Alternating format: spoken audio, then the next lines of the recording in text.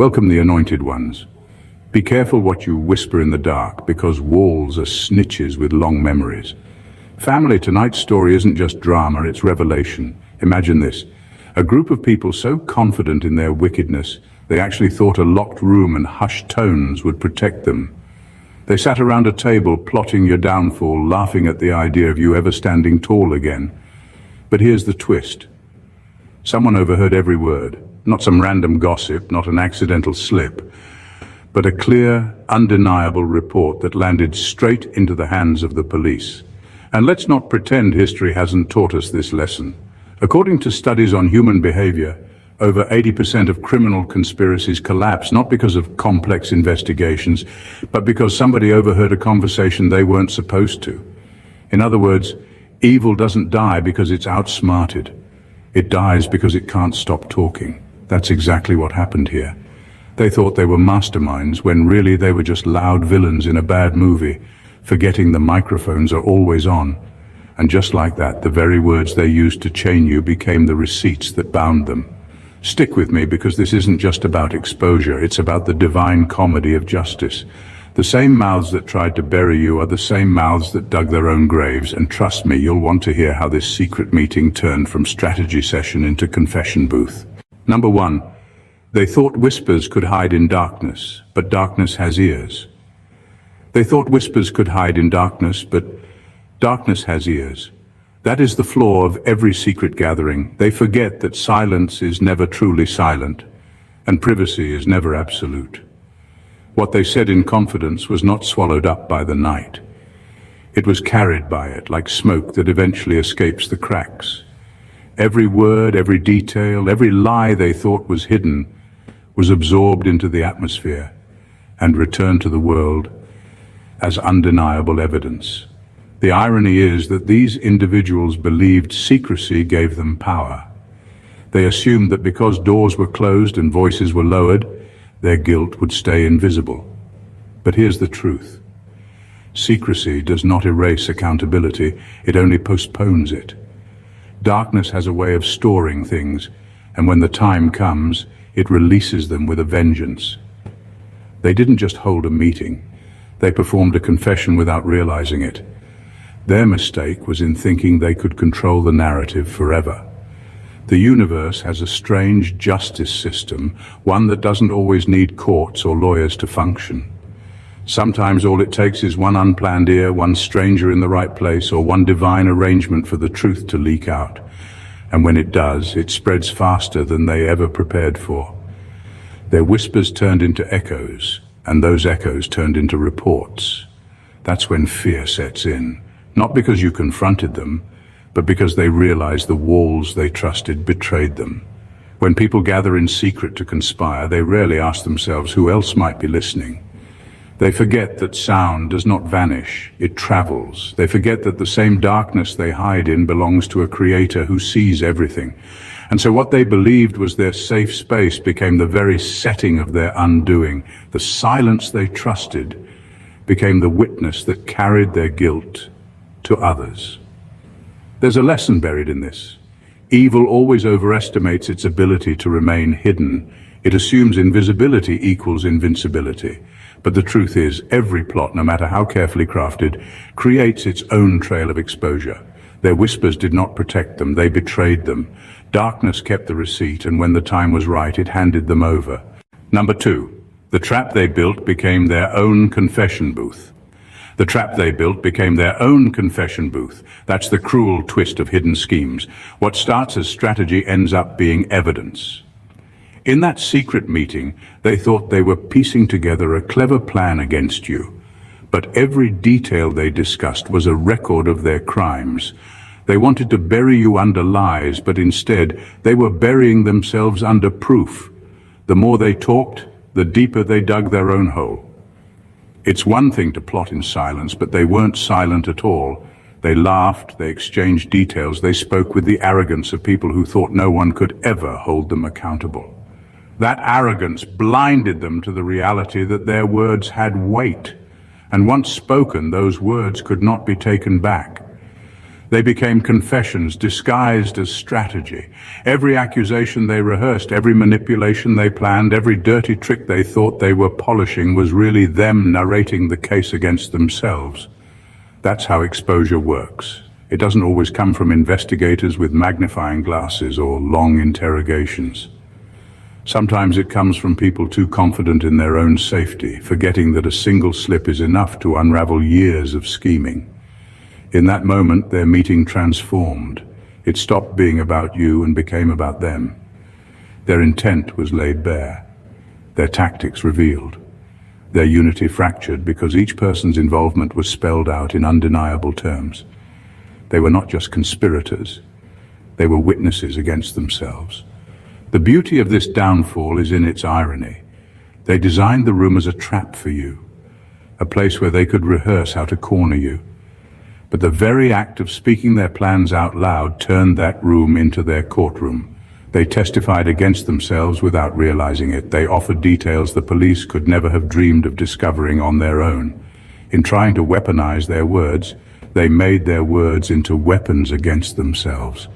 That's the law of hidden evil. It doesn't just collapse, it self-destructs. They didn't need anyone to twist their stories because their stories twisted themselves. What was meant to chain you down became the rope they tied around their own necks. The trap they built for you became the evidence that convicted them. Number 3, they never considered that silence has witnesses. They never considered that silence has witnesses. That is the arrogance of people who live by secrets. They think that if no human eye sees and no human mouth speaks, then their wrongs are erased. But silence doesn't erase, it records. The air remembers vibrations, the walls hold on to sound, and the atmosphere itself becomes a witness. What they whispered into what they thought was a void didn't vanish. It lingered, waiting for the right moment to be carried to the ears that would bring everything to light. The greatest miscalculation of these people is believing that silence is neutral. It never is. Silence is alive. It absorbs what's spoken in its presence and delivers it at the time when exposure is due. That is why the truth finds its way out no matter how carefully someone tries to suppress it. They assumed silence was on their side, but it was never loyal to them. It was only patient. Every word they spoke in that meeting had weight. They thought they could speak freely because no one was visibly listening. But just because a room looks empty doesn't mean it is void of testimony. Every sound they made left a trace, and those traces aligned themselves against them. They didn't need someone to shout about what they had done. The silence they trusted did the shouting for them. That is why their crimes didn't stay hidden. There's also a deeper layer to this. Silence has a way of partnering with justice. It waits until the guilty are confident, until they believe no trace exists, and then it speaks at the worst possible time for them, the moment when exposure cuts the deepest. That's what happened here. Their meeting wasn't just overheard by chance. It was silence cashing in the debt it had collected from their whispers. And when silence finally broke, it broke loud enough that the police themselves could not ignore it. They believed silence would protect them, but silence was only building a case. They believed silence meant safety, but silence was actually the witness preparing to testify. What they failed to understand is that even when no one else is in the room, there is no such thing as secrecy. Silence doesn't keep secrets, it keeps receipts. And when the time comes, those receipts are handed over in full. Number 4. Their private meeting was a public trial in disguise. Their private meeting was a public trial in disguise.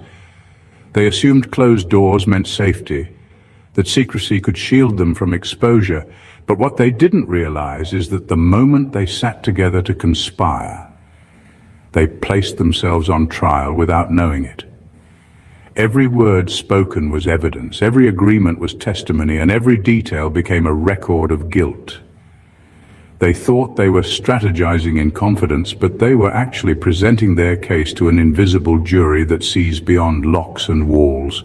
The problem with evil is that it never accounts for the unseen. They believed their power rested in their ability to hide, but the truth is, nothing hidden stays hidden forever. There are forces greater than human systems that record what takes place in secret. The room they trusted was not their shelter.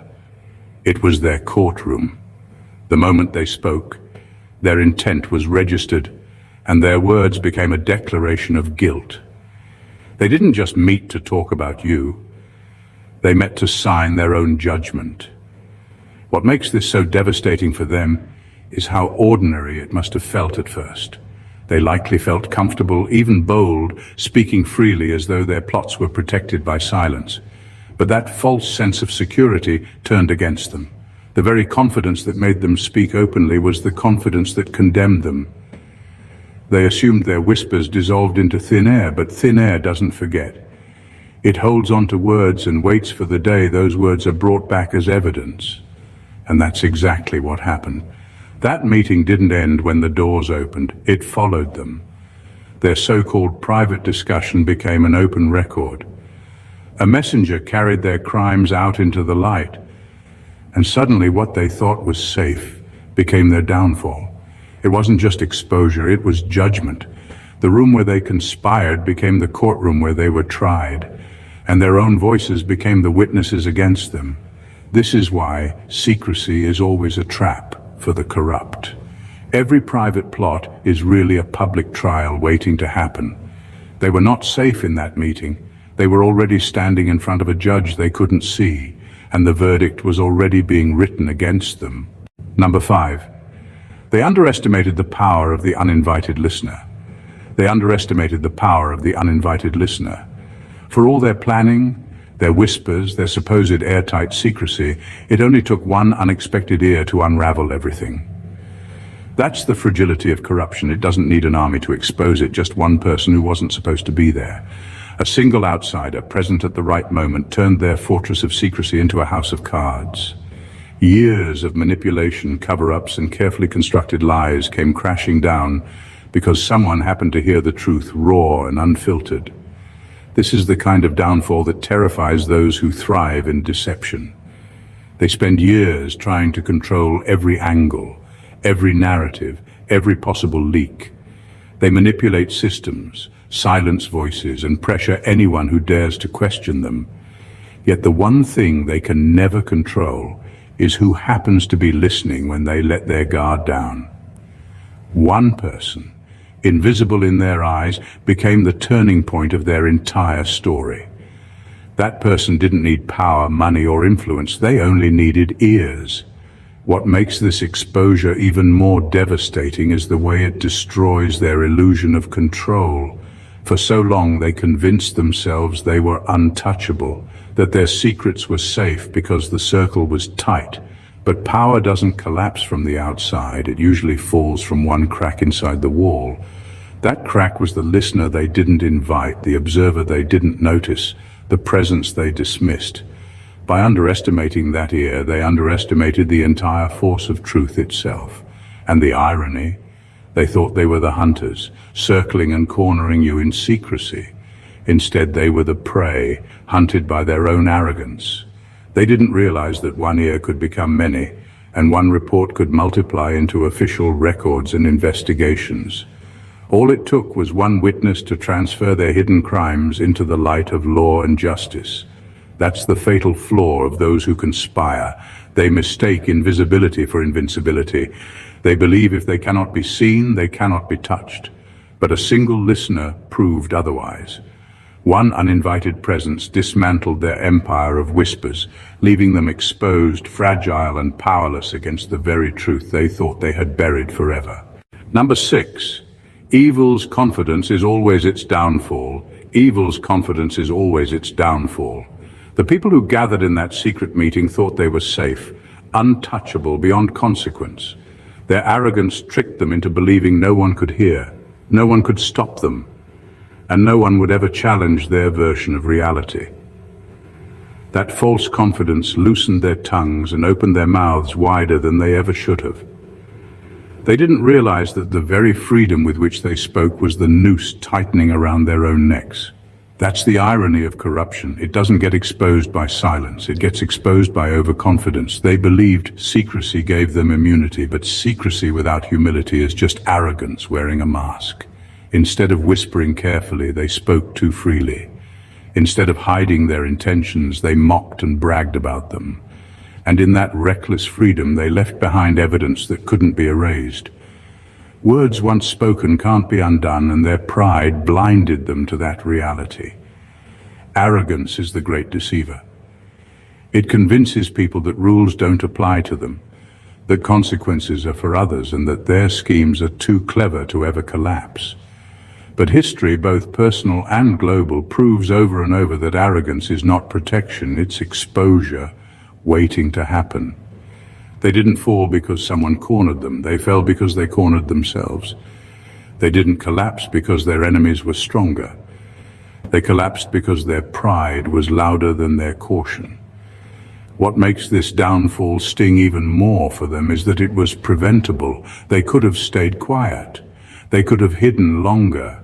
But arrogance always pushes for more. It pushes people to talk when they should stay silent, to boast when they should remain cautious, to laugh when they should tremble. That's exactly what happened. Their pride made them believe they were in control, when in reality, pride had already signed their destruction. And that is the truth about evil. It always carries within it the seed of its own ruin. They thought they were untouchable, but that very thought was their undoing. Confidence without conscience is not strength, it's suicide in slow motion. They didn't lose because someone was smarter than them. They lost because arrogance blinded them to the fact that every careless word was evidence, and evidence always finds its way home. Number 7, their meeting proved they were terrified of your innocence. Their meeting proved they were terrified of your innocence. Think about it. If you were really guilty, if their accusations against you held even a shred of truth, why would they need to gather in the shadows behind closed doors, carefully coordinating their stories? Why would they need to rehearse lies and invent strategies? Genuine guilt doesn't require rehearsals. It exposes itself naturally. The fact that they had to scheme so hard is the clearest proof that what they feared wasn't your wrongdoing, but your innocence. Innocence is a dangerous weapon to those who thrive on manipulation. It doesn't crumble under interrogation. It doesn't slip under pressure, and it doesn't leave stains they can point to. Innocence forces liars to overwork themselves, to bend rules, to twist narratives, to silence truths. And that is exactly what their meeting revealed. They weren't confident in the evidence they had against you because there was none. Their only option was to create illusions, and illusions require constant maintenance. The fact that they needed secrecy exposes just how weak their case truly was. If the truth had been on their side, they would have had no reason to whisper. They would have stood boldly, openly, with facts that could not be shaken. But the moment you see people ducking into corners, controlling narratives, and plotting in whispers, it becomes obvious. They are not defending truth. They are defending lies. And lies cannot survive sunlight. What makes this even more powerful is that your innocence didn't just frustrate them. It terrified them. Innocence dismantles lies without effort.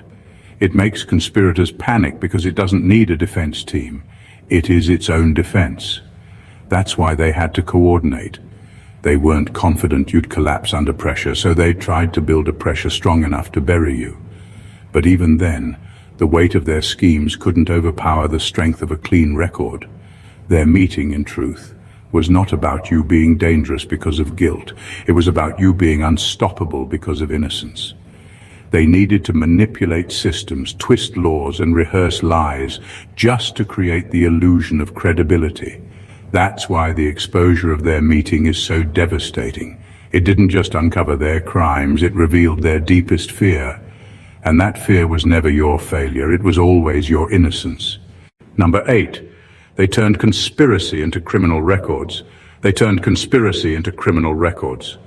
What they thought was just a private exchange of strategies became a paper trail without paper, a living record of their own corruption. Every plot they laid out, every lie they rehearsed, every scheme they tried to polish wasn't just talk. It was evidence. Words are not weightless, they carry force, and once spoken, they cannot be unsaid. In that secret room, they weren't just conspiring, they were dictating the transcripts of their own indictment.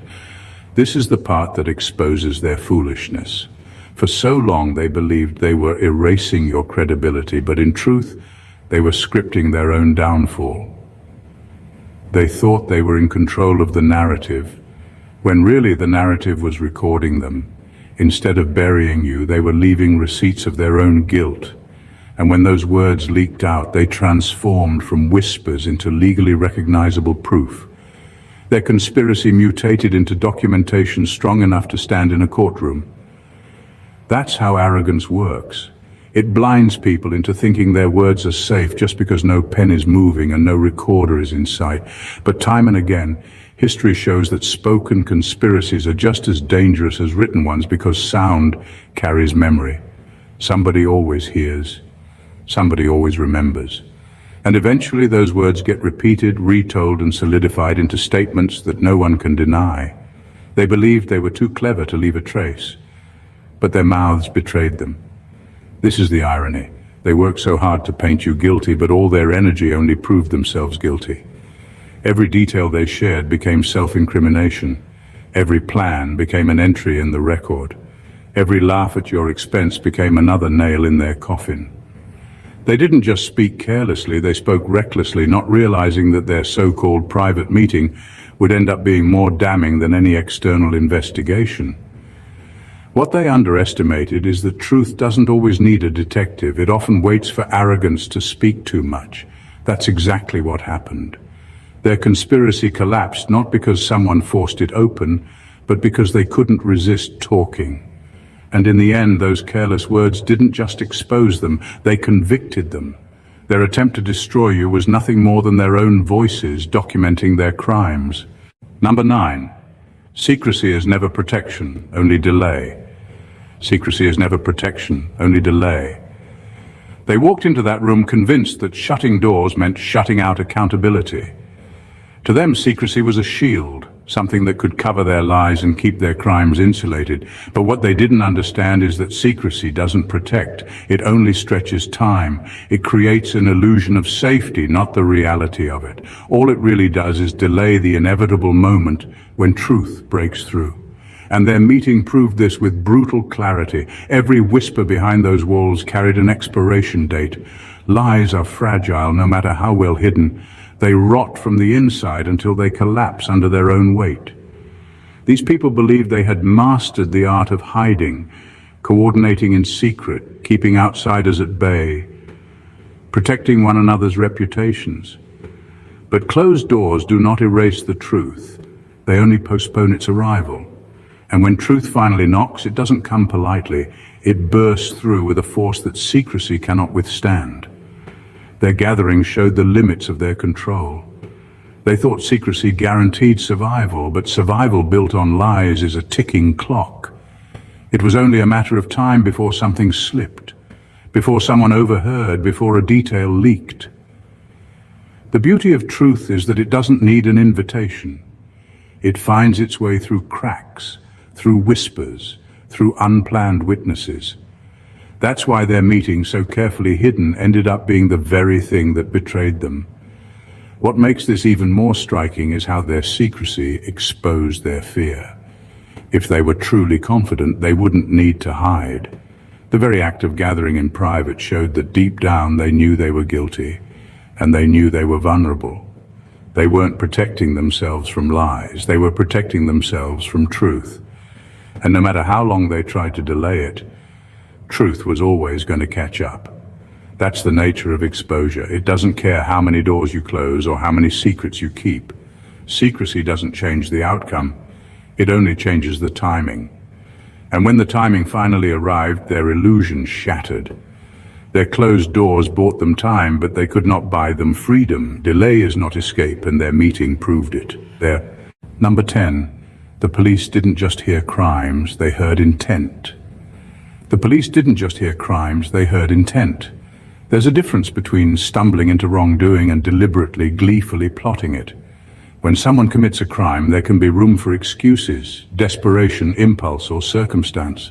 But when people gather together to plan, to mock, to strategize in detail, it strips away all excuses. It shows the heart behind the act. It proves there was no accident, no moment of weakness, just calculated evil dressed up as confidence. That's what made their secret meeting so damning. It wasn't just the crimes themselves that came to light, but the spirit in which those crimes were conceived. The laughter, the arrogance, the casual way they spoke about destroying you revealed something much deeper than action. It revealed character. And once intent is exposed, there's no defense left. Because while actions can sometimes be twisted or explained away, intent is pure and undeniable. The legal system itself is built on this reality. Courts don't just ask what happened, they ask why it happened. Intent turns a careless act into a crime, and it turns suspicion into certainty. That's why their meeting became a disaster for them. Every detail they rehearsed and every joke they cracked while discussing it painted a picture of people who weren't forced into wrongdoing but who delighted in it. And that's the kind of evidence that sticks, not just in a courtroom but in the conscience of everyone who hears it. The exposure of their intent is also what makes their downfall poetic, because it shows that their evil wasn't just about harming you. It was about mocking innocence, about feeling untouchable, about believing they could manipulate reality itself. But arrogance leaves footprints, and intent leaves fingerprints that can't be scrubbed away. They didn't just reveal what they planned, they revealed who they really were when no one was supposed to be watching. And here lies the most powerful part. Actions can sometimes be forgiven, but intent leaves a stain on the soul. When the police received that report, they weren't just confronted with evidence of crimes, they were confronted with proof of deliberate wickedness. That is something far harder to explain away. In the end, their intent shouted louder than any defense they could invent. It wasn't only their actions that condemned them, it was the darkness of their intent that sealed their fate. Number 11. They didn't know the system they manipulated would turn on them. They didn't know the system they manipulated would turn on them. For years they thrived on bending rules, pulling strings, and hiding behind connections. They assumed institutions were their playgrounds, their safety nets, their shields from consequence. They thought they had bribed enough, threatened enough, or twisted enough procedures to guarantee immunity. But here's the reality they never considered. When truth enters the room, even corrupted systems are forced to shift. Truth doesn't need permission, it bypasses the very walls built to contain it. That's what makes their exposure so devastating. The system they thought belonged to them suddenly turned into their judge. The police, whom they may have seen as tools or pawns, were confronted with evidence too raw to ignore.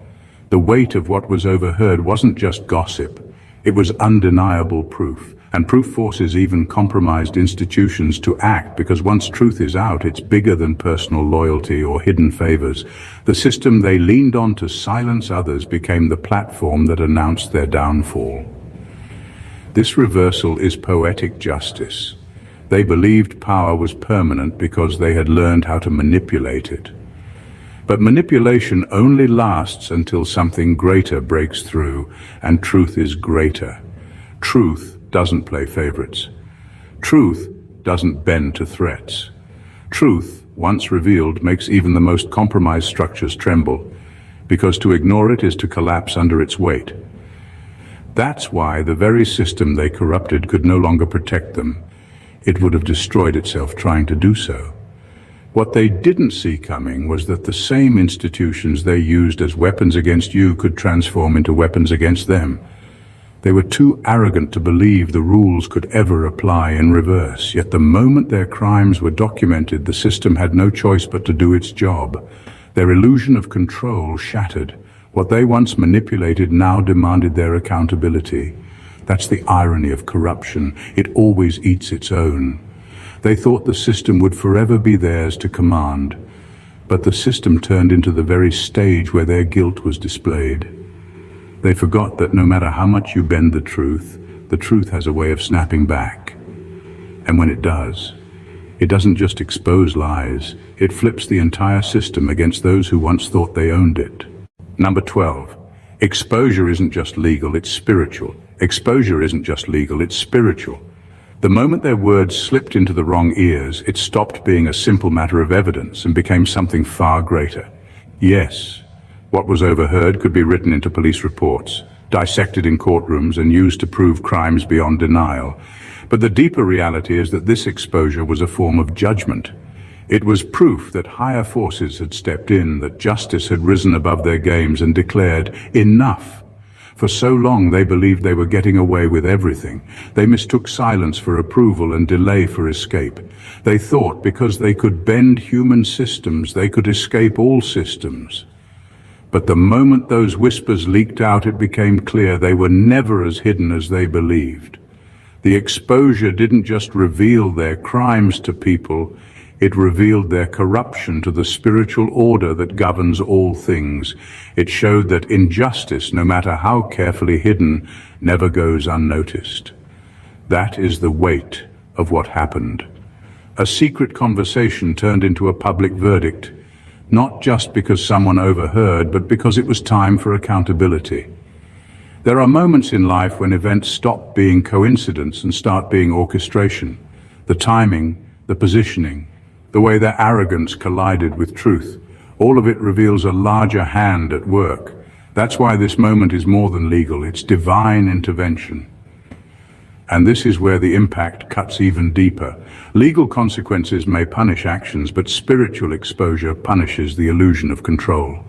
They didn't just lose protection in the eyes of law, they lost the covering they thought shielded them from consequence. It was a stripping away, a pulling back of every false layer they had built, leaving them bare in front of justice that cannot be bribed or silenced. What was overheard was more than incriminating words. It was a revelation that no system of lies lasts forever, and no injustice remains invisible. Higher forces allowed that moment to unfold to prove a point. Corruption may delay justice, but it cannot deny it. Their downfall wasn't only the result of human ears, it was the echo of divine judgment, making sure the truth could no longer be hidden. Number 13. The plot against you became the plot that doomed them. The plot against you became the plot that doomed them. They walked into that meeting with one agenda: how to strip you of credibility, how to tarnish your name, how to make sure you never stood tall again. They believed the walls would protect their schemes and that their whispers would bind you in chains you could never break. But what they didn't realize was that in plotting your downfall, they were writing the script for their own collapse. The same meeting designed to bury you became the seed of their undoing. This is the great irony of evil. It always circles back on itself. Every detail they shared, every lie they rehearsed, every laugh they had at your expense was not fuel for your destruction, but ammunition for theirs. What was meant to weaken you ended up strengthening your position. What was meant to erase you became the undeniable proof that exposed them.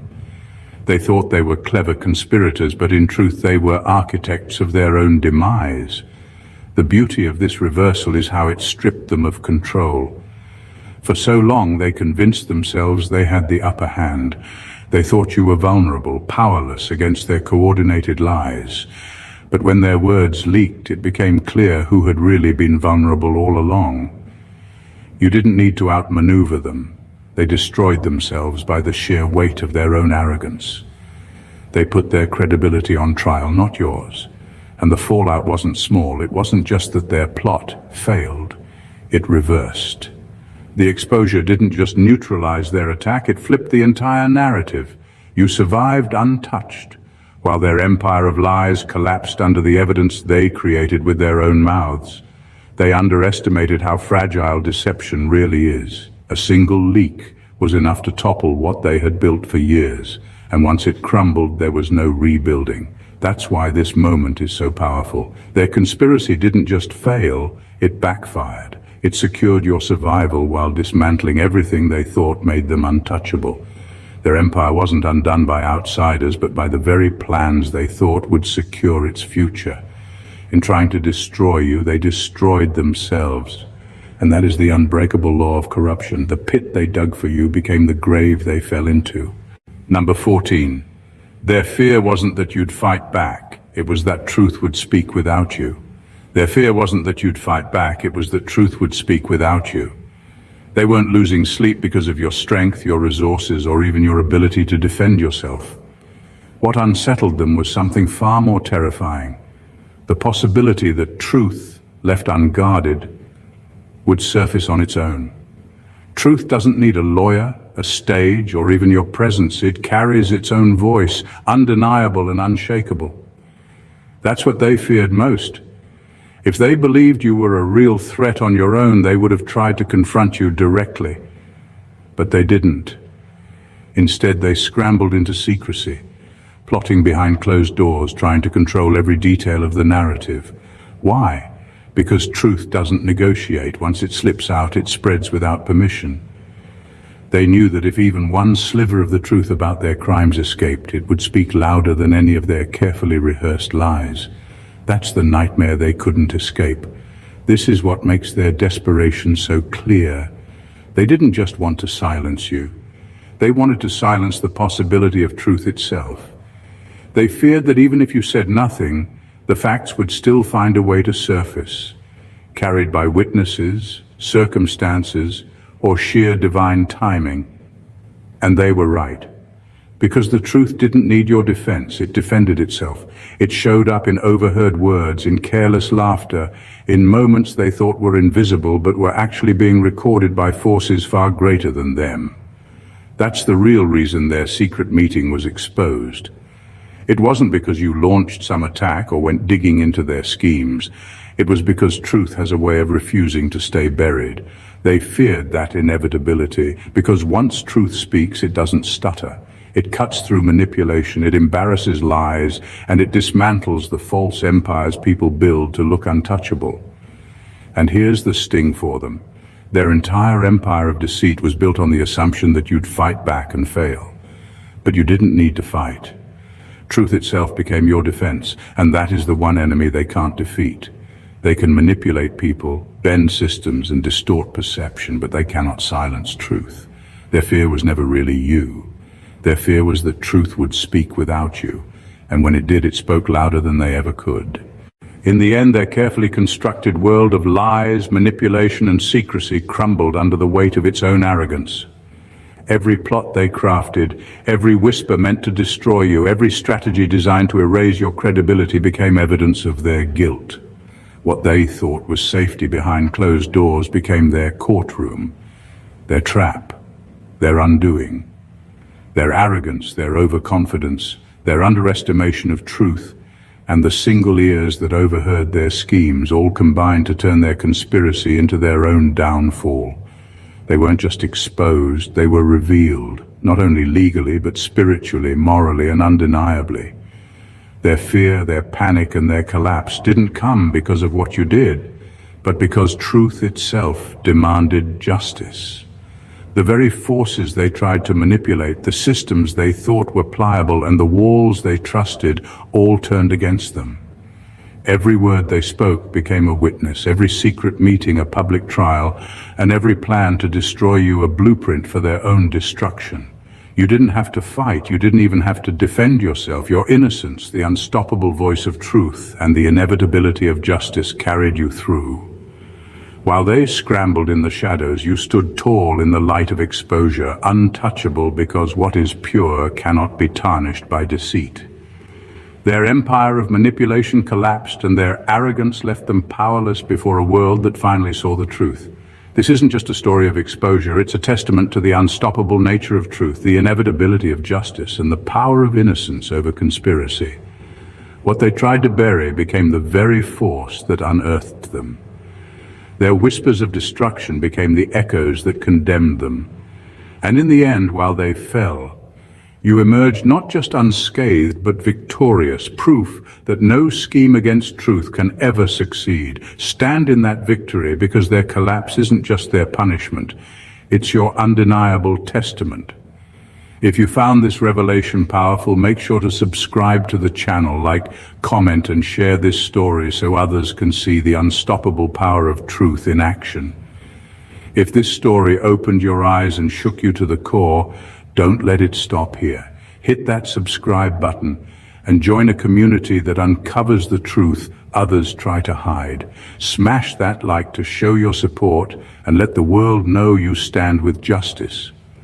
Drop a comment below to share your thoughts, experiences, or reactions. Your voice matters and could spark the next revelation. And most importantly, share this video with everyone who needs to see how truth always rises, no matter the lies stacked against it. Don't just watch, be part of the movement. God bless you.